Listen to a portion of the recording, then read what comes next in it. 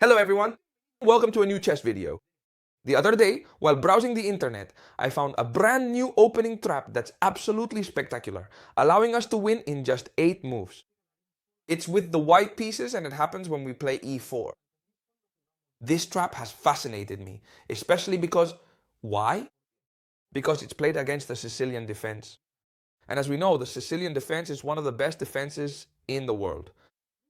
It's very hard to break through. So with this trap, we'll be able to win in just 8 moves. I like this trap so much that I've brought Stitch here to join us. So I've already done all the dirty work of searching for and thoroughly studying this trap so I can teach it to you. So all you have to do is leave me a nice like, and that way everyone is happy. Alright, chess teacher, how should I play this trap when someone plays the Sicilian defense against me? Well, you're going to continue with the most natural move in the world, knight to f3. Alright? All of this is normal. Notice that we'd be in a standard, straightforward Sicilian d6, and then comes d4. Chess teacher, but is this a trap or is it the Sicilian that everyone knows? Well, up to this point, it's the Sicilian that everyone knows. From here on is where it changes. You'll see the best move here, without a doubt, is to capture, in case anyone doesn't know, alright? The main idea of the Sicilian is to play c5 in order to use a flank pawn to exchange for a central pawn.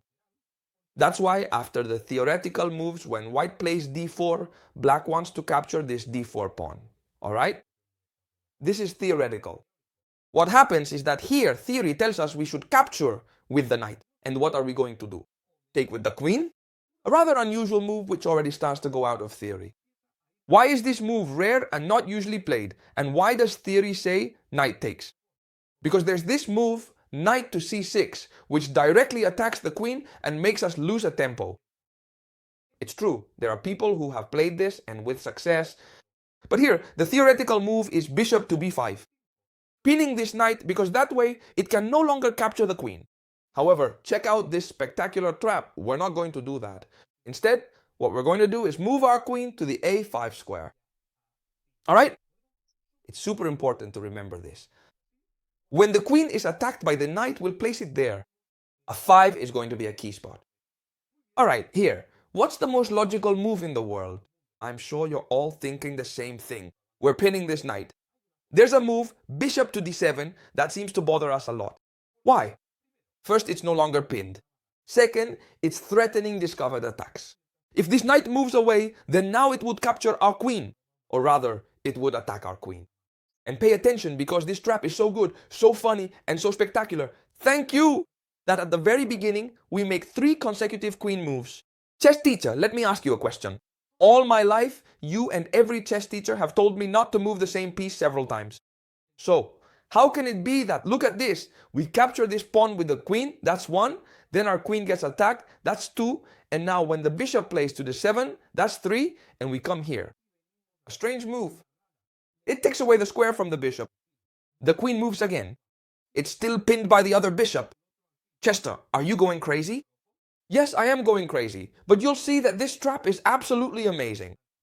And very importantly, it works. Which is the most important thing. I've been testing it and it works. Here, what is the best move for black and the most commonly played one? Well, obviously to unpin ourselves. How do you say this? A discovered attack, I can't even speak, forgive me. The discovered attack, knight to d4. Look at how strong this move is. First, they're attacking our queen. Move it as it's attacked by the bishop and knight. Second, they're threatening to exchange here and double our pawns. Third, they're threatening to capture here and win our rook. Check. And they take our rook. So, we'd be facing a triple attack that we wouldn't know how to stop. For example, if we captured here, it would be a very bad move. Why? Because they'd capture here, give check, and then take our rook, since this rook is already well defended. So how should we react, chess teacher? If they play this move against us, we're already lost. Because look, the brilliant move here means we're completely winning, right? They can't do anything, we're totally winning. With which move? Knight takes knight. And we let them take our queen. Chess teacher, you're really going crazy, yes. But notice that if they take the queen, we simply bring in the other bishop and now we give check. Check, and this king can move away. Can't go here, nor here either. What do they have to do? Give us their queen. In conclusion, when we take the queen, just notice that they have to recapture, logically, if not even better for us, right? And when they recapture, we end up with 1, 2, 3 pieces in exchange for 2. We have a clean extra piece, an extra knight. And this is just the beginning, because what comes next is much, much better. Everything is very nice if when we come here, they play this mistake that seems a brutal move for the black pieces. Remember, it's a mistake. Why? What should we do? Capture this knight with the knight, alright?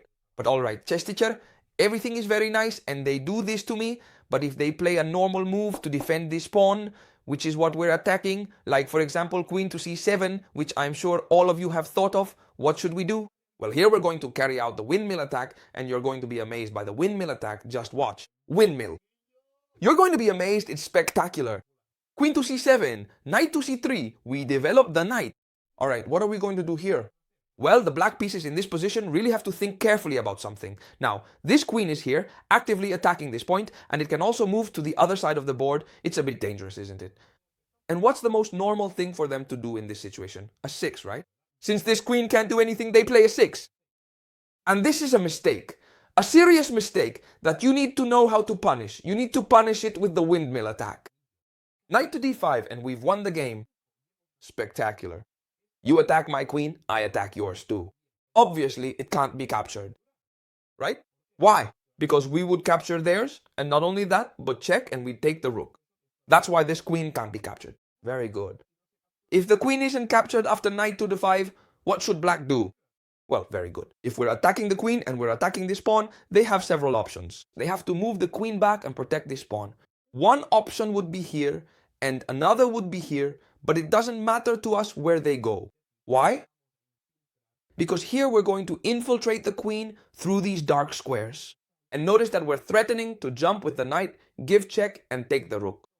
But here it doesn't matter what they do to us because they can't defend against this, right? And so what we'll do is what you do in the windmill attack, which is, for example, knight to f6, check, right? They have to move the king. It's the only move. Very good. And then we capture with check. They have to move the king, check, and they have to move the king, and we keep capturing everything, check, and they have to move the king, check, and they have to move the king. Do you see it? Here you can keep capturing everything, but here you can't capture anything else. For example, you can give check, they must move the king, we capture this knight, check. Now they don't have to move the king, but must capture here. So we end up with an extra rook. And surely, if they move the rook away, we would be left with extra material. And we could keep capturing whatever we want. And when we get tired, we develop our pair of bishops, and we're in a much better position than our opponent. The windmill attack is spectacular, but it's not everything. Alright, chess teacher, so remember, if they play queen to c7, I'm going to play knight to c3. And you told me, chess teacher, if they play a6, we're going to launch the windmill attack on them. Wrong. But of course, we're back to the same old thing. What happens if they don't play a6? Because a6 is very nice, I hit them with the attack, and that's it. Let's move forward. Notice they moved the queen to c7 to give the king some breathing room. What does it mean to give the king some breathing room? This is very important.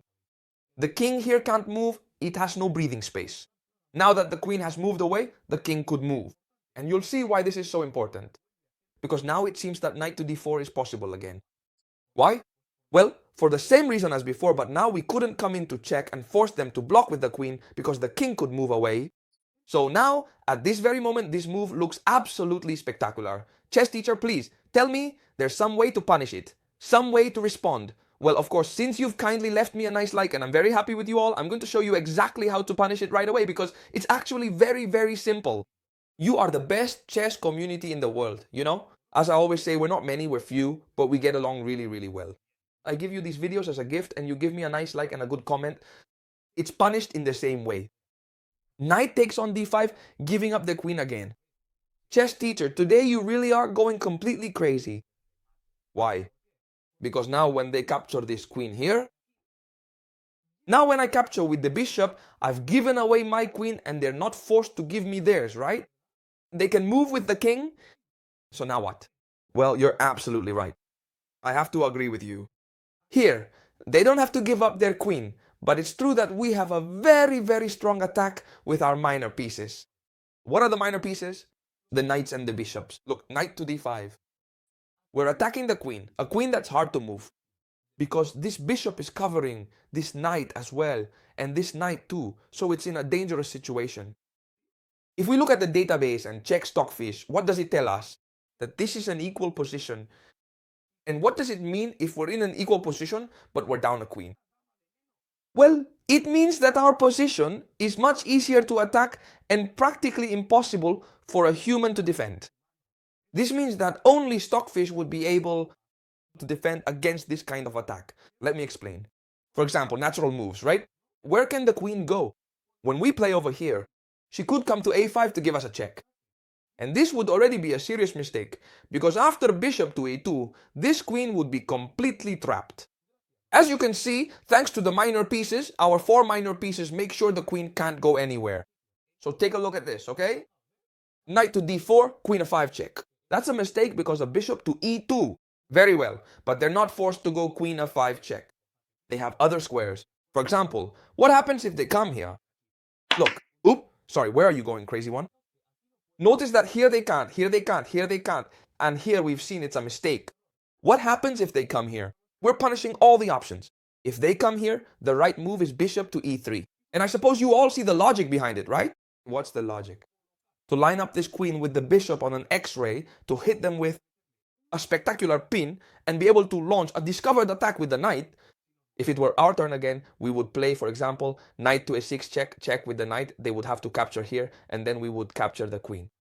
And here, notice that it doesn't have any other squares because it can't capture here or here or here or here or here. It could only come here. And it would be losing a tempo because it lets us develop this bishop. So, before making you waste your time, I'll just explain directly what happens if they go back here. If they play c5 first, then bishop here, then come here, it's exactly the same. But they've lost a tempo. Alright? They've lost a tempo. Why? Because we've developed the bishop. This would be the best solution to go back. Even so, it doesn't mean we're going to lose. We have a super strong move. So look, this is very easy to remember because the answer is the same. Bishop to d2. The same as before, remember? If they come with the queen here, bishop to d2. First bishop here, and when they go back, bishop to d2. So what if they come directly here? Bishop to d2 as well. And what are we threatening with this bishop? Well, it's very easy, right? I'm sure you're all seeing it. Come over here and with the 2 swordsmen, deliver a checkmate to the king in the not-so-distant future. So here, what would be a logical move? Well, I'm sure you'll agree with me that if we play bishop to d2, most people will think, well, I'll play g6 and prevent you from coming here with the bishop. Well, I'm going to show you how to punish them whether they play g6 or not, because I like you to have all the options covered. Why? Because when you go out to battle, you can respond correctly no matter what they do. Alright? Very good. What happens if they play this move? How should we continue? Well, here we have a pretty interesting and quite notable solution to this problem.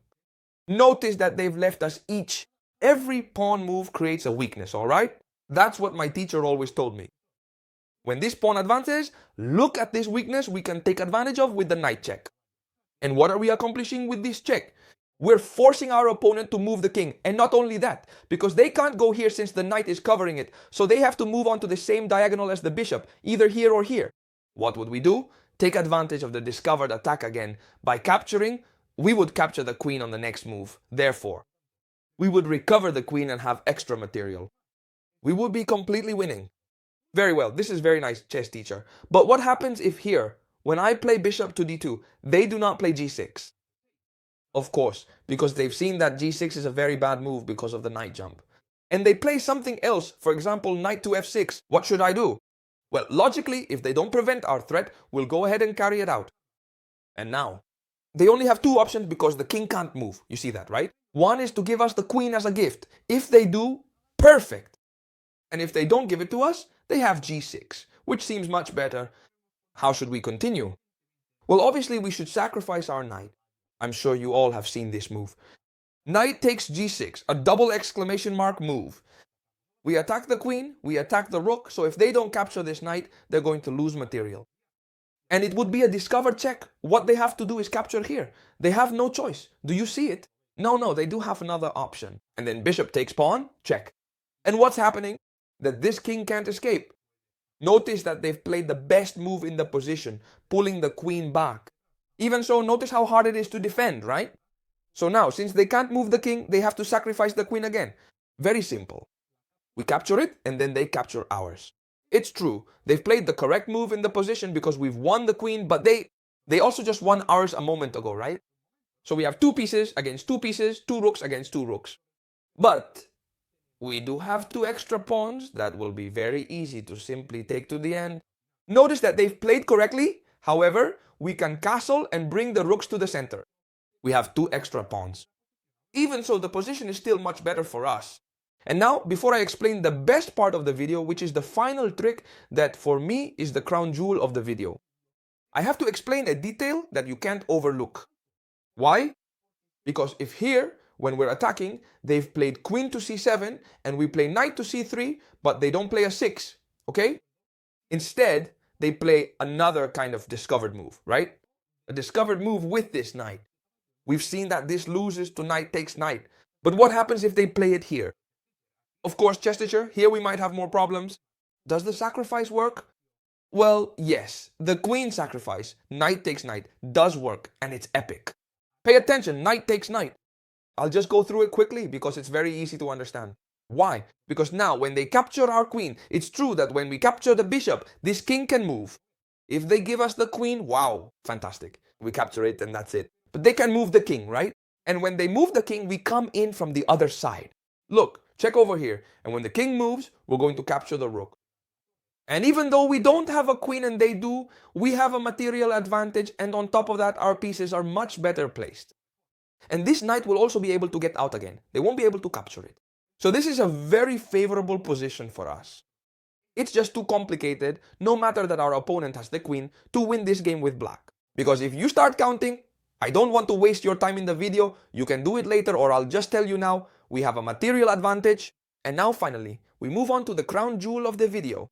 So, everything I've explained to you so far is how to win with this trap. But now, look, we've seen that on move 6, we hit them with the windmill attack. If they came with the knight, we hit them with the queen sacrifice. If they came with the knight, we hit them with the queen sacrifice. But now, chess teacher, since you've been trying this out, tell me, what do people most often play against you in real games? And now, in this final part of the video, I'll quickly explain how to win if they play what they've played against me. Alright? The real part. Everything looks great in theory, right? But what do people actually play against you? What they played against me most here is knight to f6, not a6, which they've also played, nor this one or this one. They've played all three, but the one they've played most is knight to f6. So what do? Well, here I set up a spectacular trap that I love. I play with their psychology. I say, I'm pretty scared that they'll start attacking my queen with a6 and b5. So what do? I pretend to retreat it. I pull it back just a little. And then, honestly, most people want to launch this attack to bother the queen even more. Right? Does the queen bother you? Well, then here I come to attack you. And what I do is jump with the knight. Now, you'll see the importance of having the queen here. Why? Because I'm threatening to capture here and double their pawns. That's something nobody wants. Because I'm threatening the queen and to double the pawns. So they don't want to move the queen because otherwise I'd open up their king. So what do? They capture here and they're already completely lost. Because simply after pawn takes pawn, this knight is pinned. They don't realize that the queen is undefended back here. So we attack the knight, and this knight can't move. Notice one thing. If they try to chase away our queen, which is what they always do to me, it's super important. There's only one move that wins, and that's to stay on the same file as the opponent's queen. Now, they can't move the knight because we would win the queen. So whatever they do, what will we do? Well, simply capture the knight and play with an extra piece. Well, this fabulous trap, which I absolutely loved. Let me know in the comments what you thought, if you already knew it or not, because I had no idea and I loved it. Please, please, leave me a like. I work hard to make a video for you every single day. All you have to do is watch and enjoy it. So leave me a good like. And now, friends, I'll see you in the next video. Goodbye.